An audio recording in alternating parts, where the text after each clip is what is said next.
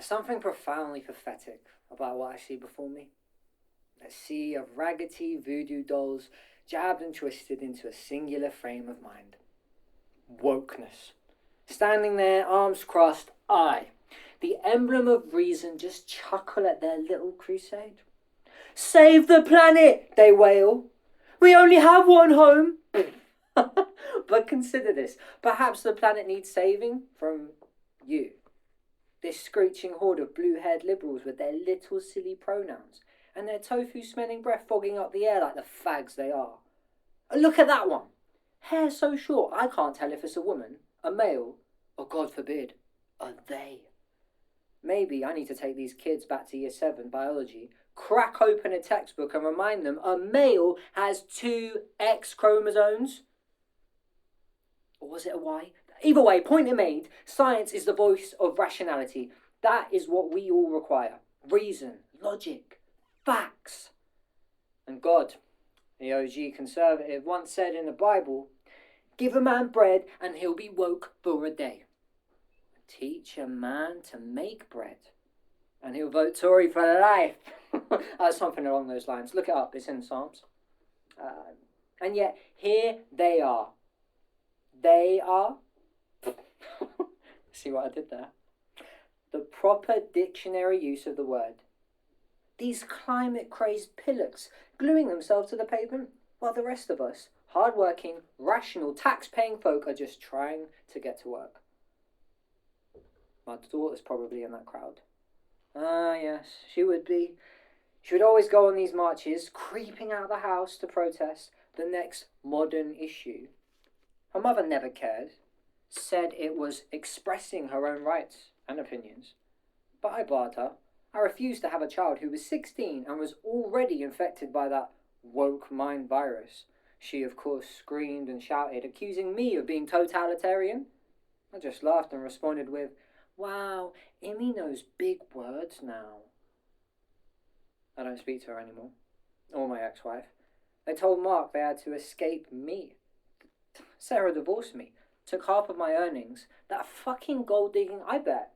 She was planning that from the moment she saw those zeros in my bank balance, her eyes lighting up like a Vegas jackpot machine. They now live in Hackney, of all places, the artsy, fun, young bit of the city. Fitting, really. Imi is now an aspiring actor, training at Radar. Talk about bad parenting.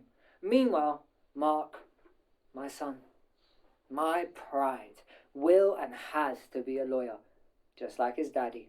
He'll live a proper, hard-working life, while she'll just live in a squalor, permanently unemployed, wallowing in her own mediocrity. The tragedy of it all. Oh, karma. I can't choose.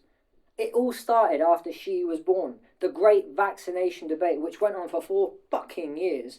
I just point blank refused, as one does. And yes, she did end up getting measles when she was 4. But that, my friends, is the price you pay for not having some foreign Chinese disc implemented in your brain. I know, ha ha ha, you're all laughing. But it's a serious fucking issue. I even organised demonstrations outside our local hospital about it. Made the news. Let the truth be told, I always hated her. Not Sarah, Imi. Coming out the womb on her high horse. She always thought she was so intelligent and better than everyone in the room. Like we all know, you've read the complete works of Sylvia Plath. You don't need to womansplain her to me. A feminist who stuffed her head in an oven. Brilliant. What a great idol, Imi. We argued and argued day through night, not even about politics or ethics, but just how much she thought I was the worst person alive.